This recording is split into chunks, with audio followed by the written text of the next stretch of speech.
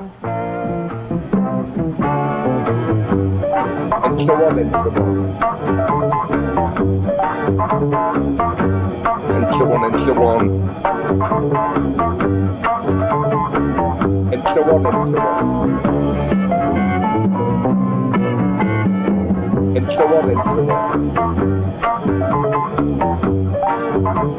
And so on and so on. And so on and so on.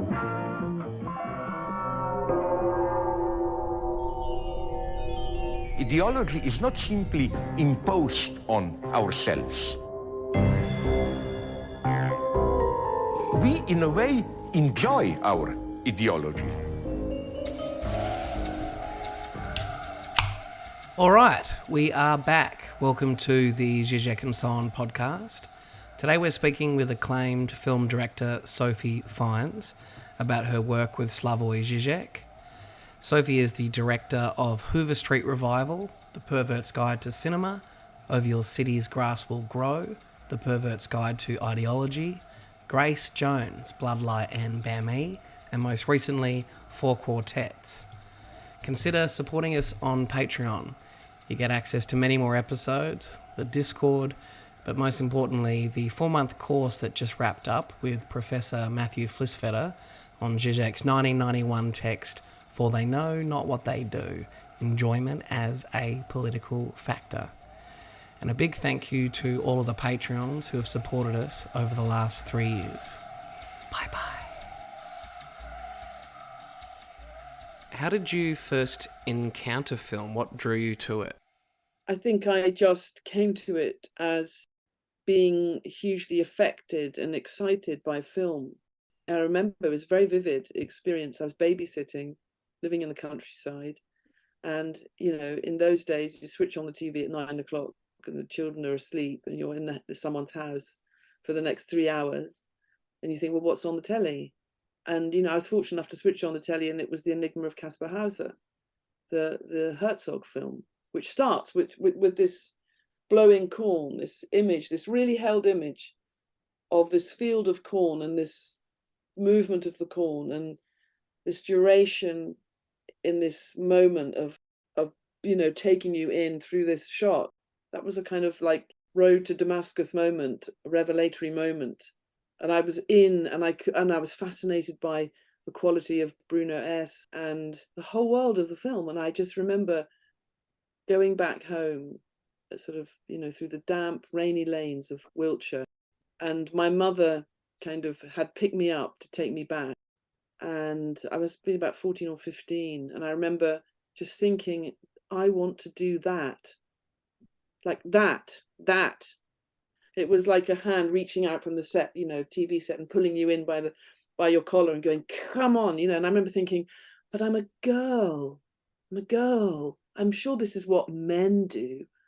And then I thought, but we'd done a production at my school of Twelfth Night and I had to play Orsino. And there's all this cross-dressing in Shakespeare of men dressing as women. And I thought, I know what I'll do. I'll just dress up like a man, or, you know, I'll just psychically think of myself as like switching my, you know, I'll just have that confidence that you see that men have, and you see women as being something different, not occupying these spaces. I'll just pretend, let's pretend, you know. And so I won't be frightened of the fact that I'm a girl and that there's probably going to be kind of barriers. But it was a very affecting moment for me. And I just, you know, in England, there's a sort of Anglo-Saxon attitude to filmmaking. And I was more drawn to the European smell of the film. The European films had a stronger smell. They were more ambiguous. They were more image driven. They didn't necessarily come from like directly the novel, you know. And so, you know, then sort of once you sort of start, you kind of encounter like in a sort of extraordinary world of, you know, the French New Wave. You're discovering Bergman, discovering all those important authors, obviously Godard, Truffaut, and then, you know, and Antonioni was a big effect on me. And, you know, when I went to art school, I then went to all the rep cinemas that were in London at the time, because there was no DVD then, there wasn't even VHS. but there was this tradition of rep cinemas. So you'd have Time Out, the magazine, the weekly magazine, London Time Out. You'd look in the film section, and I would sort of scour it to see what was on that week. Oh yeah, they're playing Persona, in this little tiny 20-seater cinema in Water Street. Great. So you're kind of educating yourself, taking yourself out to see these films in all, range of what now some of these cinemas have become, like, the Brixton Ritzy was a great rep cinema. The Everyman, they would show these kind of masterpieces. And then, the National Film Theatre, the NFT, now the BFI South Bank. And that was the big museum. That was the jewel in the crown for me as a person discovering film. So, they'd have a Tarkovsky season, they would have an Antonioni season, they would have a Fassbinder season, they would have a Leni Riefenstahl or Busby Berkeley or, film noir. And, they would have all those, you could just immerse yourself and go and see films. And then I think that's really where I got my education, just from watching films. I mean, but I remember even before seeing the Enigma of Caspar Hauser, because I was a really, really fully signed up David Bowie fan. The point at which I was a David Bowie fan, of course, he was doing Scary Monsters, Ashes to Ashes, but there was always the back catalogue of Bowie to discover, and the interviews that he would do. And so I remember, he would talk a lot about Kubrick, and this is when I was about 12 or 13. And we lived in London at that point, and so I remember that The Shining came out, and I was like 13, and I went at 2 p.m. on a Saturday by myself to see The Shining. It's an 18 registered film, but I think they were so happy to have any customer that they didn't mind that it was a 13-year-old girl by themselves. They were like, there were 3 of us in the cinema at 2 p.m. in the Fulham ABC. So I think my appetite was whetted by sort of that, seeing that kind of cinema. Even before I saw that Caspar Hauser, where I actually thought I want to do this, but and even going even further back, when I was about 7 or 8, and we lived in this town in Ireland called Kilkenny, and we lived in, it was a cul-de-sac, a street where there was a cul-de-sac. At the end of the cul-de-sac was a cinema. I had a boyfriend at the time who lived opposite, and he and I would sort of just do all kinds of funny things, like, slightly streetwise kids in the immediate locality. And one of the things that we liked to do was watch films that we knew were like beyond our age thing, but we would look through this hole where the exit door was right by the screen, like the exit door was by the screen, but you could stand outside, a very sort of like Blue Velvet kind of moment of, there was a place where you could look through, squint your eye and look through, and you could see this huge luminant screen in the darkness. It was like mad, And I remember we watched some of Gone with the Wind on this huge screen, because I never really went to the cinema properly in that. I mean, I went a couple of times, but yeah, it was it felt like a parallel world. Yeah. It felt like a parallel. How did your relationship with Žižek begin? I tell you, how it began was that I made this film called Hoover Street Revival, which was about a Pentecostal church community. And I wasn't so much interested in the personality of the preacher. I was more interested in how his sermons and the performance of them as a kind of theatrical event every week, how the community worked and internalized, played with, responded to these kind of performative encounters that were in this form of church preaching. And so it was more about this idea that for the community, this was a message from God. It wasn't about, as much as he's charismatic, he has to be like, he's a vehicle for the message, and it would be Bishop's message. So I wanted to respect that relationship that he has, that function that he had in that church community. And, when the film came out, it got a theatrical release. I was very lucky in many ways, but the sort of left-wing cinema-going audience for documentaries clearly are not Pentecostal churchgoers on the whole. So I realized that anything you do about religion, it completely winds them up. It's like red rag to a bull. Yeah. And they just, and so I kind of enjoyed that. I enjoyed the fact that I sort of played with the surround sound of the church and put it into the cinema, so that a voice behind you is going amen, and you think, is that someone in the cinema that just responded to Bishop's message? So and I got a kind of mixed, it was kind of a Marmite film, in that some critics absolutely loved it, because it's a very, that the preacher is an extraordinary preacher. He could really, connect to, and also I realized when I worked with him that he was actually very influenced by existential Christianity and Paul Tillich, who'd come, there was a sort of, and he was quoting Rollo May, a psychoanalyst from the mid-20th century. So he wasn't the obvious kind of prosperity gospel guy at all. He would even challenge his congregation. So I was interested in actually the fabric of what he said.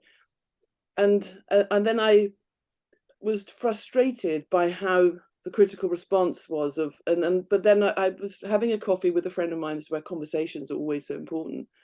Having a conversation with a friend of mine called Sean O'Hagan, who's a journalist himself, a writer, and writes a lot about photography. And Sean said, the guy who would really get that film is Slavoj Žižek. He would understand your project. He would understand what you're up to. And so he very kindly photocopied that New Yorker piece on Slavoj, the fourth Marx brother, I think it was called. And I read it, and then so then I got The Puppet and the Dwarf, and I was looking into his writing, and then he was coming to the ICA a lot then, so I went to see some of his lectures that he was giving. And of course, then I realized the more that I read that actually he was also writing about film. So then I became fascinated by how he was looking at film, because the conventional three act plot point orientated assumptions about what makes a film work are the sort of, that's the go-to assumption. But as a viewer of cinema, I've always found that there are these moments in films that shock you, that things where you're taken into it's like a kind of cinematic moment that built up through the dramaturgical staging and the cinema, and that it's these moments that kind of cut through. And I saw that he was unpacking those in how he was writing. And then of course I've always been interested in in philosophy and poetry, I guess, in ideas. So the more I read, the more intrigued, and then I just had this idea to approach him to make a film, and I didn't know quite what it would be, but I got introduced to him by Darian Leader, who's a practicing Lacanian psychoanalyst and also brilliant writer on psychoanalysis. So he introduced me, and Slavoj immediately, of course, because he's so there's no procrastination at all, immediately got back to me and said, okay, how much time do you need? I think he even sort of called me back instantly as I sent the email. And then I said, well, the more time you give me, the more I can allow this idea to kind of emerge. It wasn't like, okay, the quick old in out, I'm going to come interview you, go away, make a film. I sort of said, I'm actually developing it, but I'm really interested in what you're writing. So then he said, okay, I'm going to be in Champaign, Illinois for a week.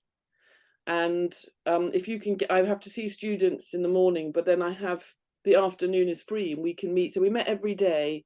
And it was in one of those conversations that I suddenly had this idea of creating these sets and putting him into the films. It was a sort of question of what would happen if he was in the Matrix. I want a third pill. I was discussing with you earlier, Sophie, that my mum had a stroke. And in the sort of 48 hours after she had a stroke, she didn't remember ever having had children. She knew that she got married, and, she would look at her hands and see that her hands were old. And that didn't strike her as frightening. but there were these gaps in her memory, and like fundamental gaps. So she had no idea who I was. And the way that she was talking and relating to me was acutely strange, because I was talking to my mother before I was born, or as if I had never been born. Wow. There was some element of That's her amazing. awareness, some element of her awareness where she knew that her husband was in the room. And so when a doctor would ask a series of questions to sort of ground her in the world, like, what year is it? What is your name? Yada, yada, yada. At certain point with certain questions, she would sort of glance up at my dad to be like, did I get the answer right? Or can you sort of fucking help me cheat? Can you help me perform myself so I can get out of here? I was describing it to a friend of mine. It's almost like a Marty McFly moment, where you're going back in time and meeting your mother potentially before you existed to perform yourself. It's a very interesting idea. We know with sort of our pop icons, one of the criticisms that they get is that they become a caricature of themselves. And I think what people mean when they say that is that they over-identify with the public's perception of them. There's like a feedback loop where what guaranteed or constituted their success is something that they try to repeat, and there's something in the repetition of it that starts to become dishonest, or that the audience feels is inauthentic, right? And this is what it all sort of boils down to, is like the authenticity of the performance of yourself. There was a line in Four Quartets that stood out to me in this regard, at least. The roses had the look of flowers that I looked at. Yeah. And I'm wondering, because the thing about being the fly on the wall is that you have to worry about the spider, right? Like this is the joke about the documentarian. So, yeah. How do you approach the subject of the film and providing some sort of space for them to perform themselves, and how do you think about it? Well, I'm very, you have to be intuitive to their needs, and it's a bit like you have to kind of make it feel like a space in which they can be, and they can use the camera to kind of, they can relate to the camera, but it's kind of, I'm neutral with it, other than that I'm just making it, there's no sense of a judgment from me or a need from me, like, can you do this, can you do that? The only thing that I do is not really talk back when I'm filming, but outside of filming I'm having lots of conversations. I'm having lots of conversations, but at the time of, I remember with Anselm Kiefer, he would say, Sophie, why don't you talk to me now? So I was filming and I didn't want my idea, it's not, because that's it's a bit like you speak to kind of nourish the subjects kind of thinking about themselves, to give energy to them, a bit like how, because at the moment I'm making, one of the films I'm making at the moment is a film about acting with a brilliant theatre director called Declan Donnellan, who has a company called Cheek by Jowl, a small, independent but hugely influential theatre company that tours internationally, certainly will have been in Australia, done a lot in Russia actually, and they've just been working, they've done Oedipus in Romania, they've just been doing a very famous Spanish play called Life is a Dream that they're going to be touring in the UK, fortunately. And I'm making this film about the process of working with actors, and Declan has a very particular way of doing this, and I realized that there is an equivalence with how, because he talks about nourishing the actor's imagination, for them to be present in the dramaturgical moment that they're in within a certain text. And it's a bit like that the speech that the conversations I'm having when I'm not necessarily rolling are kind of nourishing the person that I'm working with, to make them understand where my interests are. So I'm not a kind of I'm not coming as a sort of big other I'm not the sort of just surveillance, you know. I'm genuinely being the big other. I'm genuinely a witness. You know, I am in that moment. I'm functioning in that structure. Yeah. You know, and so in that moment, then, you know, because of this desire for witness that's embedded in us humans, or this idea of, you know, the idea of the big other, you're playing that, you're in that sort of structure, as it were, with the camera. Definitely. Because you also represent some kind of something that lives beyond the moment, you know, the capturing of time. You know, so it's like to allow their freedom and to tune them into what matters about what they do, or who they are, or the moment, or, you know, being with them in the moment, like supporting them in the moment, but without having to, you know, we're not chatting about things. They're doing what they do, and I'm filming it. How much control did Žižek want in the guide process? He's really collaborative, and he's doesn't seek to control. But, you know, at the same time, for me, it's very important that I get the right sense, that I'm not. I mean, that's why even in the Pervert's Guide to Cinema, I always I worked with Darian and showed him as a Lacanian, you know, am I getting partial objects right here? You know, like, or if I have questions. So it's very important, because I'm representing a field of ideas, and I mustn't misrepresent it, or, you know, in editing it, lose. It's very, when I'm making these films, whether it's Grace Jones or Kiefer, you know, it has to work for the core, engaged, and, you know, people who are knowledgeable about this subject, you know, because I know for myself, if I see a film about something I know about and it's just missing the point, you know, it's really infuriating. So, you know, he didn't, I think it's also understandable that people don't want to look at themselves and don't want to have to see themselves, because that interferes with your freedom to be, because then you become too much of an observer of yourself. And for Slavoj, he was very much like, I don't want to, he's never watched any of the films because he's too traumatized to see himself. So he puts a lot of trust in me in that sense.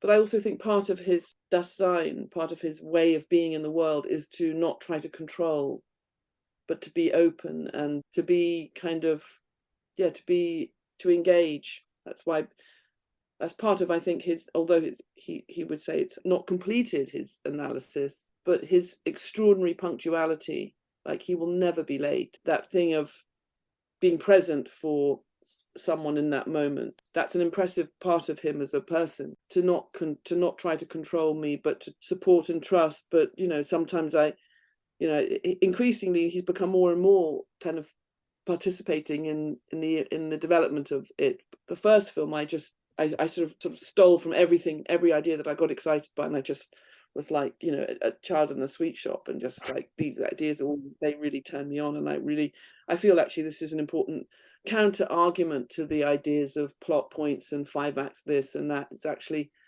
what hits us are these moments I was talking about earlier. So trying to create that as an opposition to how to think about what film is doing. But now, and particularly with the Pervert's Guide to Ideology, you know, for him, that was, he really wanted to make something about ideology that's a kind of core to his work. So, of course, for that film, The Sublime Object of Ideology was a sort of key book to work from. But the filmmaker in me kind of would spy, like that, the Mojave Desert and that thing about the graveyard of the plains, that was 1 or 2 lines in a book that jumped out as something, as a visual container through which a lot could be explored. That image, as he conjured it just in those few sentences, and what it could mean. And then when we were there, he kind of explored it differently. The same with Coke, you know, that was a very spontaneous, you know, like, let's just try this with Coke. And then he came up with this, you know, this whole shift from the cold Coke to the warm Coke. And then the sort of hidden property of the commodity is turned to shit. You know, the commodity turns to shit as soon as the sort of spectral pleasure in it is gone, meaning the freshness of the Coke, the it.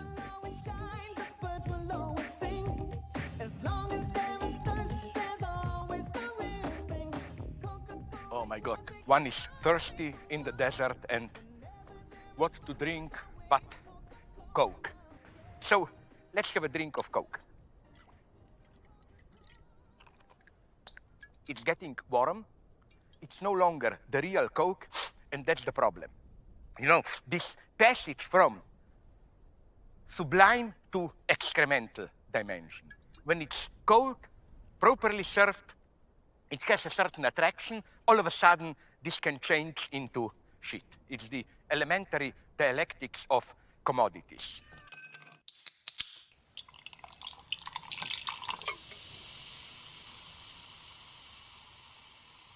It fuels you to see the world differently.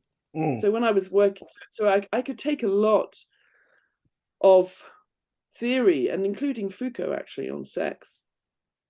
I could take a lot of those ideas to how I could see Grace Jones, what felt important, you know, about that thing of the performance of self, and the idea that the kind of consummate version of her is the version on stage. That's not the fake behind which there's the real. It's going against that and saying actually that what she manifests on stage is who she is, and that performance isn't a lie in that sense. It's actually a manifestation of something that can't happen in drab reality. It's the real of something that she needs to communicate. And I felt this with Michael Clarke. You know, Michael Clarke's had, you know, as a child, had some difficult, traumatic things happen to him, not least his father committing suicide when he was 12. And when Michael comes onto a stage, you know, it's an encounter with the audience.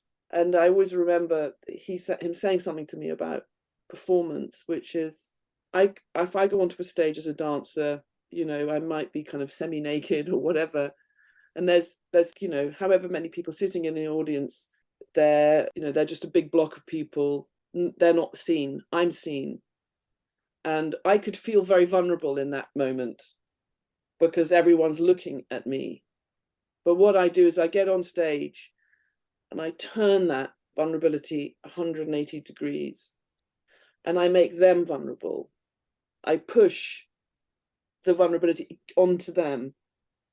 And so when you do go and see Michael on stage, you know, you can sort of so there is this very fascinating, I think this is something that's always occurred in my work, this interesting relationship of the performance, of performance and audience, and doing something to the audience. What I love with Slavoj is just taking the audience to a place where then, you know, the ideas shock you, you're confronted. And that was clear to me that was key to the films with Slavoj, or the relationship of working with him. Because when I'd been to Champaign, Illinois, and I'd made this little pilot, and I went to the commissioner, Jan Younghusband, who was then the commissioner at Channel 4, and I said, look, can I just show you this material? And she watched. It was a little kind of highlights of where I'd filmed in the, you know, in fact, the watering the plants in the garden came from that shoot. And then, so I made this small edit, and she laughed, and she looked, and she laughed, and she went, oh, he's so funny. He's so funny. And then she went, oh my God, he's really serious, isn't he? And I just thought that counterpunch was brilliant. It's like, you're kind of going, and actually cut the crap, you know, it's a kind of, and you're winded.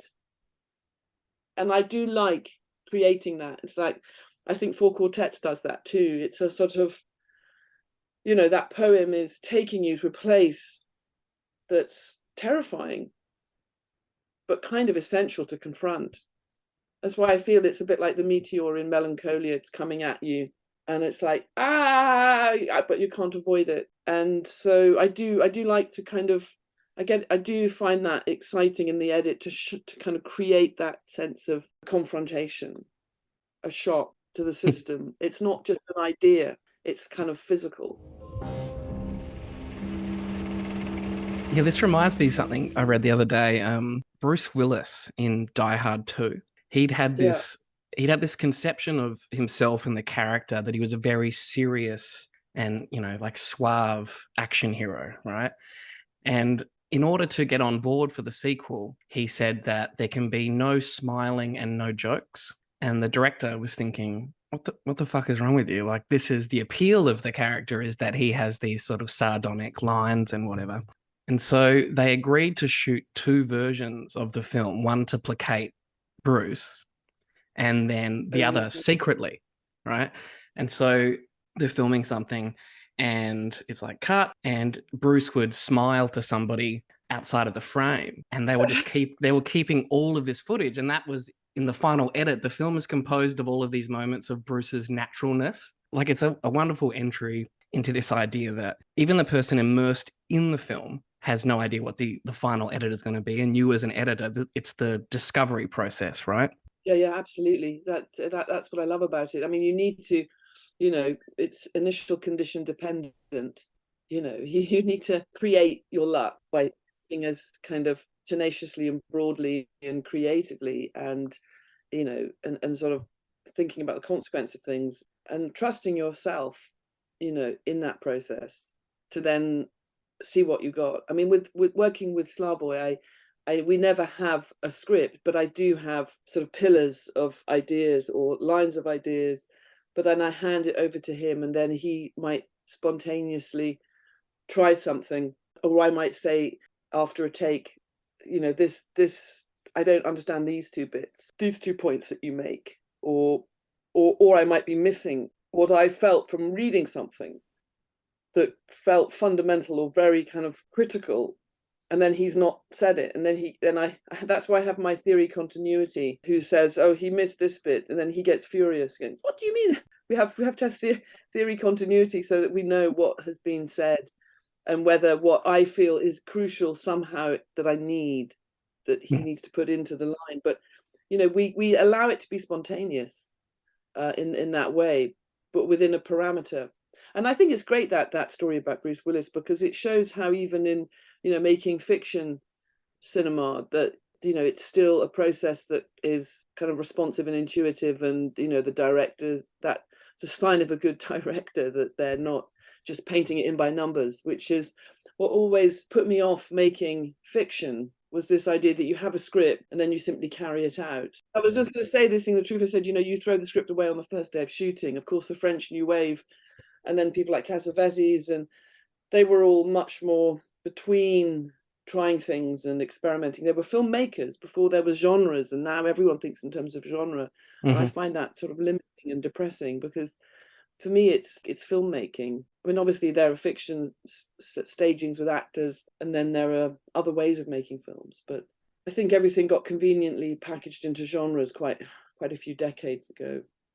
That finale of the end of The Pervert's Guide to Ideology was an interesting kind of struggle, because Slavoj said that he had a finale, but the finale ended up being 17 minutes long.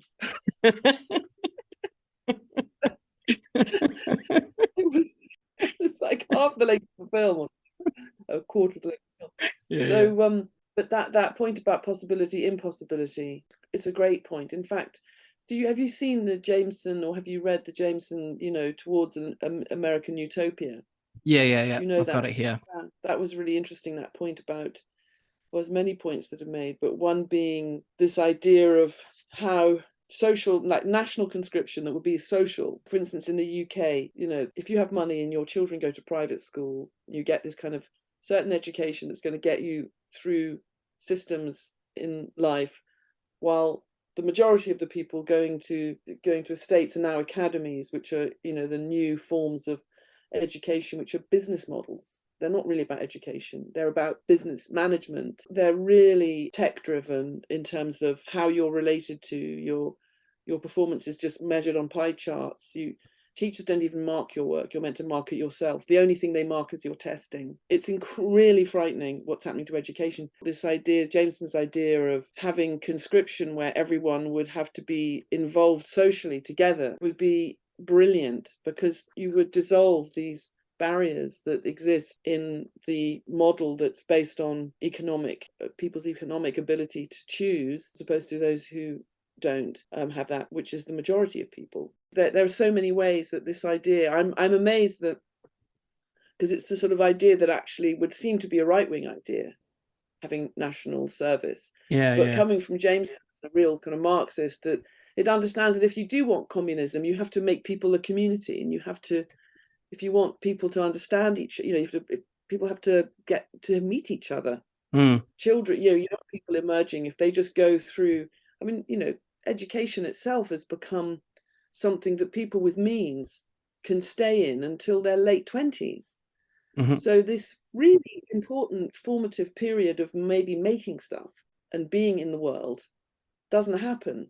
You're already thinking about setting up a family, and you haven't had that period of your 20s where you're seeing possibilities that you haven't been made frightened about how you're going to pay for a mortgage. There are all kinds of structural things that, are constricting people's sense of their ability to live differently, make change for themselves in the sort of circumstances that we're in. But I did think that Jameson idea, where religion could be anything, like you just let religion be whatever it is, it's like a mad space of explosions of craziness. But you didn't see it as part of the instruction of the working world, but it was a kind of it existed in a creative context. I might just go and recharge my coffee cup. Yeah, you do the coffee, and I'll meet you in a sec. Yeah, you can have another glass of wine. Enjoy the music for a minute.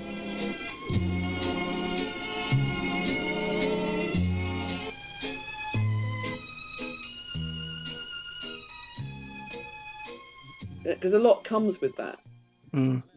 Socially, but it's very difficult to get it right, because as soon as you make it a sort of injunction, the imp of the perverse wants to. It's like if you say, I'm going to go on a diet, I'm not going to eat, and I'm going to count my calories, and it's like, aha, no, I'm not. I'm going to stuff myself with 10 milfoil.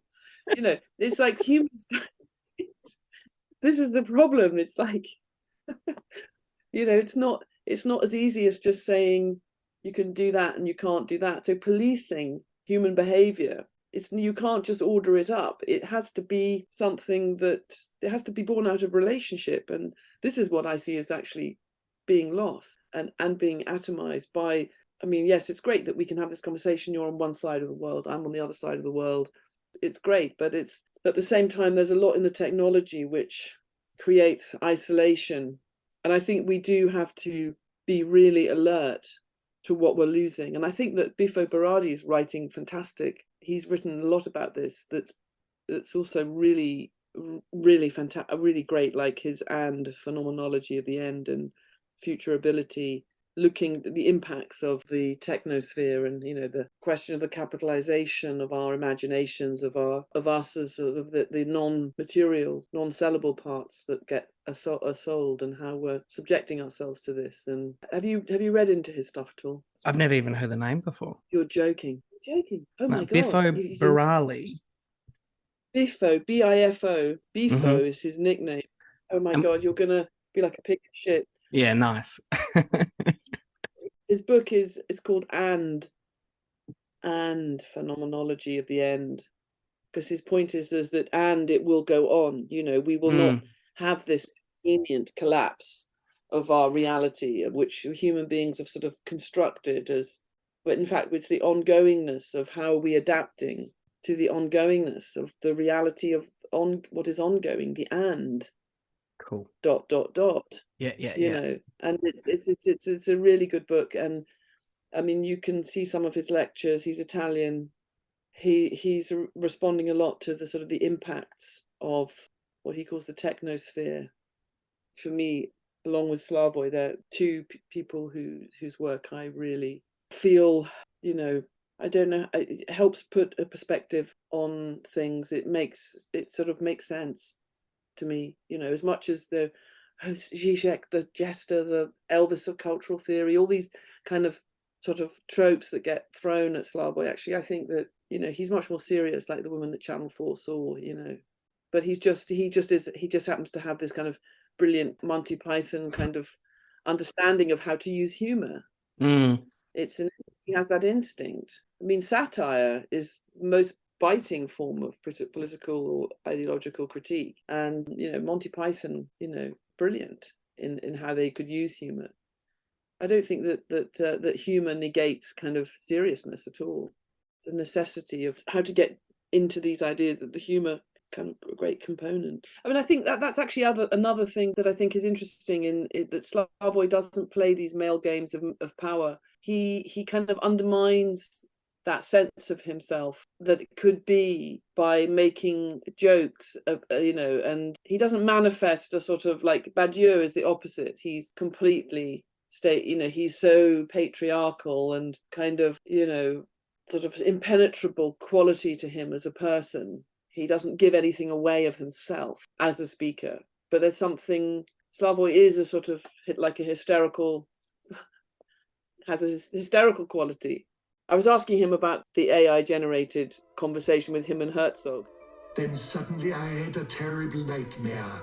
In this nightmare I woke up and I could see the whole landscape, all the fields, in the forests, in the mountains. Everything was green and light blue, except there were no living creatures. There were only dead bodies. I had a feeling I was the only one left alive. Then I woke up. That's exactly my nightmare. I have this experience quite often when I am in some public place at night, like a train station at 1 or 2 o'clock in the morning. Yeah, and he said, well, the thing is that, he said, I didn't like it because it just didn't make sense. It was sort of annoying because it didn't actually deliver any insight. So he kind of found that annoying. But it doesn't make any sense. It doesn't say something he didn't intend. It just becomes a sort of fetish of these two people with a very particular way of speaking, who actually are fascinating to listen to. Herzog and he both have this particular sort of quality to their speaking as some people call it international English, which is often more inventive than natural English speakers' English. Agreed.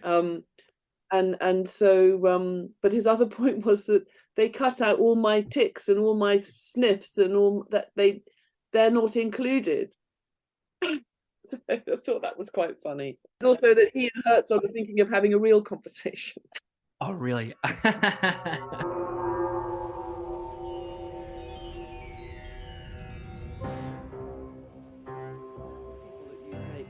Documentary films with very often.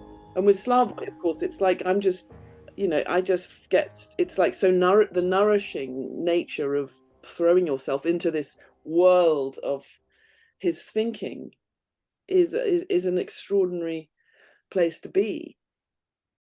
It felt like, you're kind of going through a portal into another parallel way of understanding and seeing the world.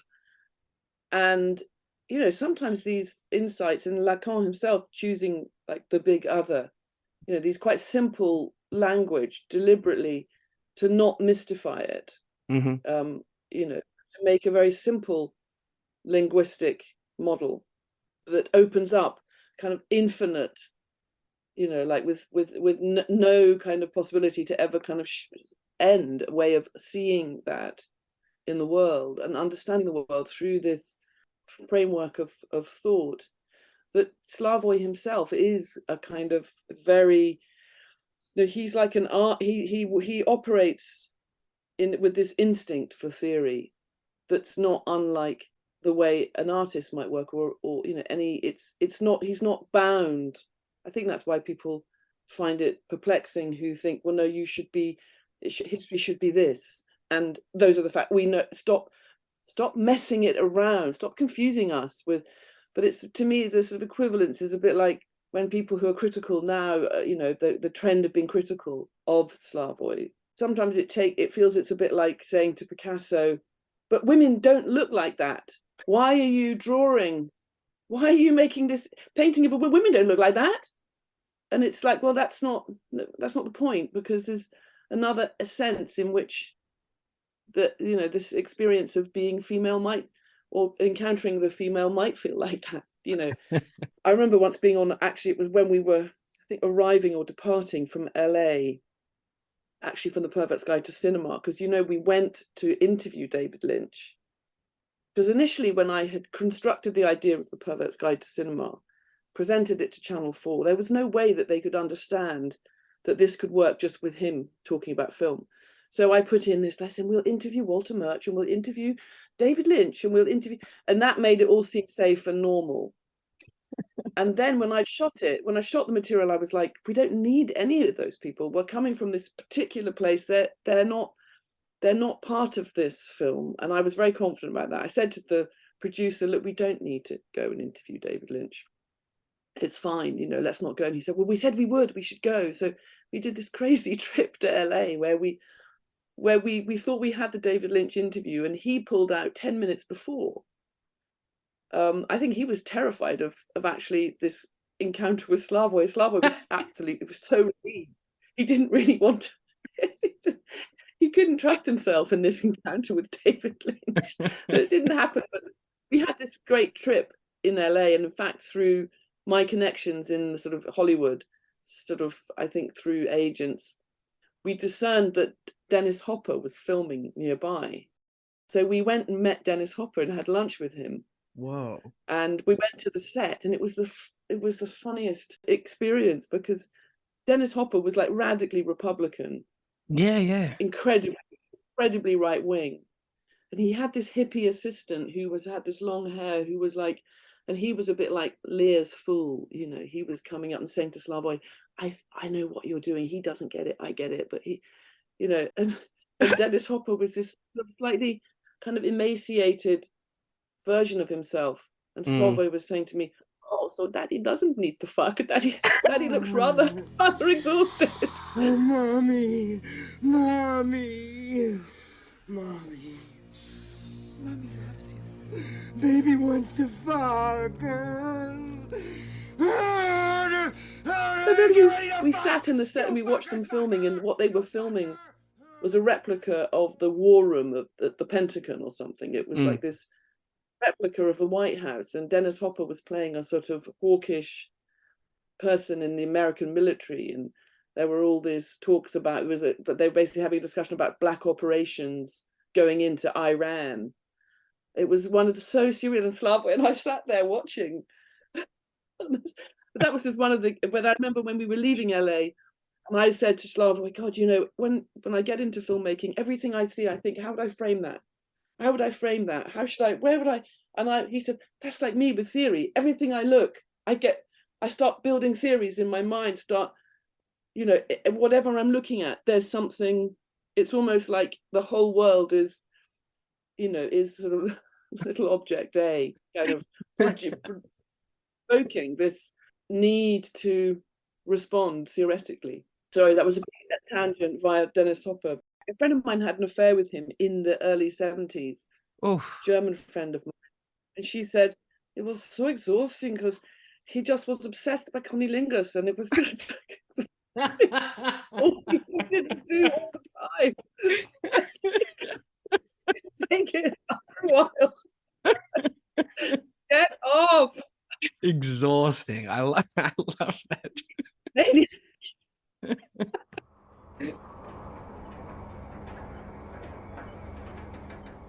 Well, that's one of the reactions that people have to Žižek's work, right? Where they go, "Oh, you're developing some kind of argument," and if they're being uncharitable, they'll say something like, "It's associative writing. That's not it's not connected. It's just all these disparate ideas." But there is an underlying project to Žižek's work. I think it's an interesting thing with the effect that the guides have had. Because I think a lot of Žižek's popularity, or like the public's interest in Žižek, especially for a younger generation, and they're I love the idea of. I'm very aware of the young Chinese interest in Žižek, because actually, if you are coming from that history and cultural route, it's a very good way to see what the West is. You could understand a lot more to see through things, in the way through. But I did love the idea when Channel 4 and Film 4 were kind of like, there's no audience for this for Žižek. We would struggle to find an audience. I had a one-line response from Channel 4. We would struggle to find an audience for this film, and then I just thought that was just why, because it's not Love Island or it's that this is because they've just gone so far to the mainstream and to basic sort of and entertainment, just pure. And anyway, the point is that I was having this fantasy: could I finance the film could I actually finance the film through crowdfunding from Chinese people? I just thought that would be such a great riposte. There's so much fear of China, this fear of China. I love it. It was financed by the Chinese GoFundMe page. I wouldn't, that we are making some headway now, but that's I'm very aware of that interest in his work in China from the Chinese students that I work with. Well, I think the style of the guides have sort of lended themselves to this bite-sized video sharing culture, like with a TikTok or a YouTube video or an Instagram reel and all the different variations on the platforms. These things get shared hundreds of thousands, if not millions of times. They spread across all of the internet all of the time. In these big waves, there will be a renewed interest. And the negative side to it is being taken out of context, or just the fact that Žižek is funny, or he is like an odd guy. He will get caricatured or lampooned as like some sort of total moron, a buffoon, right? Like, or what do they say? Like the fourth Marx brother, right? I think that comes from more sort of domesticated academic intellectual elite, like Lear's fool, like he's whispering, into their ear with something that is sort of destabilizing because it's not neat in that sense. When I make these films, they're born out of really careful reduction. And in fact, they are intended to be seen in their totality because of the development of ideas that's happening across them.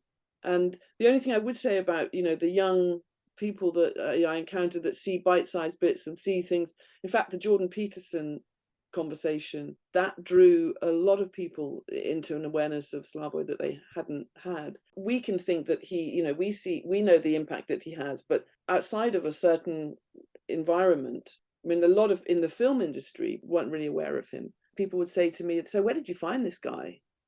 I was sitting in a cafe and this guy suddenly starts saying this, and you go, "Oh, you're interested," like as if I'd found him like a character.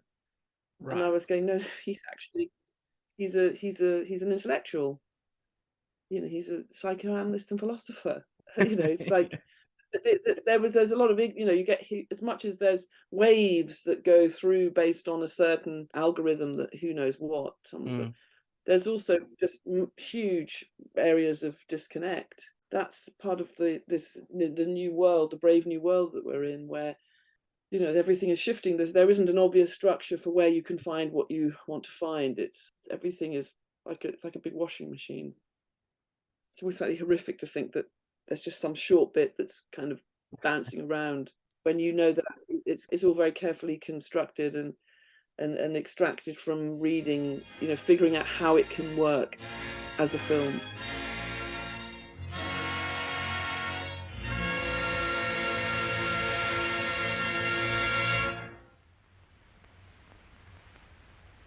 In order to understand today's world, we need cinema, literally. It's only in cinema that we get that crucial dimension which we are not ready to confront in our reality. If you are looking for what is in reality more real than reality itself, look into the cinematic fiction.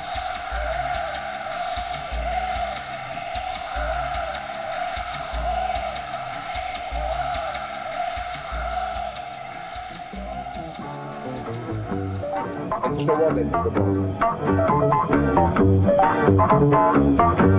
And so on and so on. And so on and so on. And so on and so on. And so on and so on. And so on and so on.